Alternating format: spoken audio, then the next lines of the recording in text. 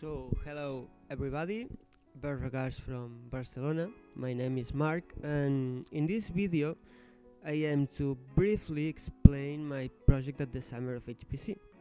During these fantastic days, I enjoyed the opportunity to be enrolled into the carbon nanostructures simulation group of the Jülich Supercomputer Center located in Germany. My project was to contribute to the construction of a software for nanostructure simulation using what is called the Hubbard model. So first of all, as an introduction, let's talk a little bit about carbon nanostructures and our theoretical framework. First, we can define a carbon nanostructure as a structure composed exclusively by carbon atoms, in which at least one of the three spatial dimensions is of the order of 100 or 10th nanometers. There are several types of carbon nanostructures, with different shapes, organization of the atoms, and hence different properties. The most familiar types are the graphene, the nanotubes, and the filler. So what we want to determine is the behavior of these previous structures in particular conditions. For this purpose, we use the Hubbard model as our basic theory. As well, we use the discretization of space-time. Thus, we can store information of our physical system into a tensor of 3 or 2 spatial dimensions plus one more dimension, the time. For example, imagine a carbon structure where atoms are distributed into a cube lattice.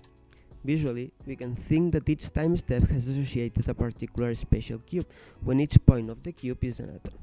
That's the reason we talk about discretization of space-time, so we don't have a continuous space nor a continuous timeline.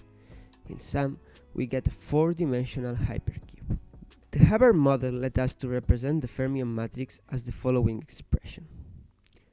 Even though it can, on a first sight, look terrifying, if we ignore the Dirac delta, we get a product of two exponentials, and b, which encodes the boundary conditions we impose on the temporal direction when we discretize. Generally, b takes a value of 1 except on the time bounds, that is -1. Each exponential is a tensor, and our first objective is to calculate the fermion matrix, given the two exponentials. When we get the fermion matrix, we can easily compute other parameters, but we are not going to go into further details.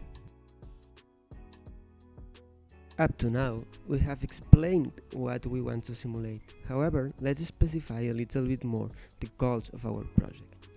As part of the simulation, our base must be a software that lets us to operate with 2, 3, and 4 dimensions and some algebraic operations, such as a sum, tensor product, expand functions, and so on. We also want a fast and well-optimized software, which can be executed in multiple CPU and or GPU.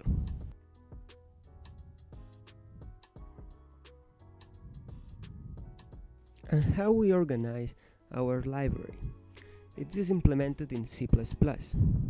There are two classes, one time tensor and one tensor class. These classes are implemented using LibTorch, that is an existing library. Then we also have a namespace with all the algebraic operations. The fermion matrix file contains all the algorithms that led us to create this matrix, so at the end we will be able to operate with it. Finally, it is important to use the benchmark to compare our software with different implementations. We are using Google Benchmark. Constructing a software requires more than 2 months, at least for me, so what I explain are just the few first steps. Since there are a lot of tensors libraries, there is not an exclusive way to work with these mathematical objects. For this reason, it is also important to try other implementations and test them. Benchmark plays the role of a product assessment in industry.